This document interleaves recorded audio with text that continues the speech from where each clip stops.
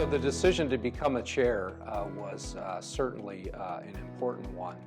And the process that I went through that was Scripture talks about asking, seeking, and knocking.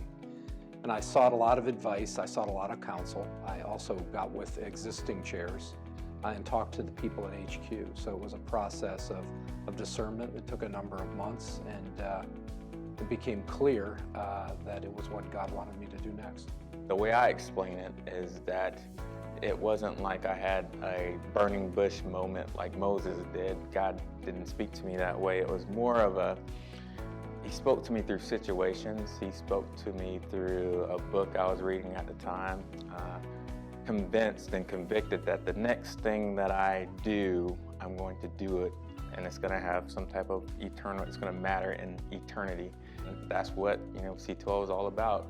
What we do here matters, do things for a purpose, do things from an eternal perspective. And so that's what really drew me in. The discernment process for me in C12 was rather fascinating. I was, at the time, still in active duty in the Air Force. I had been an active duty Air Force officer for nearly 30 years, and as I came to the end, my time in the military was a calling for me, and I wanted something equally fulfilling. Thankfully, God worked in a unique way, and a good brother of mine that had retired from the Air Force before me called me up one day and said, "Hey, what are you going to do when you transition out of the military?" And I said, "I don't know." And he said, "Well, I've moved down to San Antonio. I'm a VP in a healthcare firm, and I got to tell you, every month I go to my C12 forum, and I see you sitting at the head of the table." C12 offered me the opportunity to take my passion for leader development, my lifelong learning in the area of leadership, and to partner it with my passion for faith in a way that the U.S. government really hadn't allowed me to do.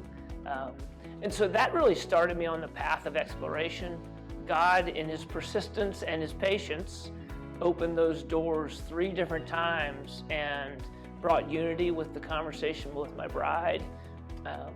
And really, once I had the calling and I had the unity at home with Stephanie, it was really just a dynamic of, when can we start?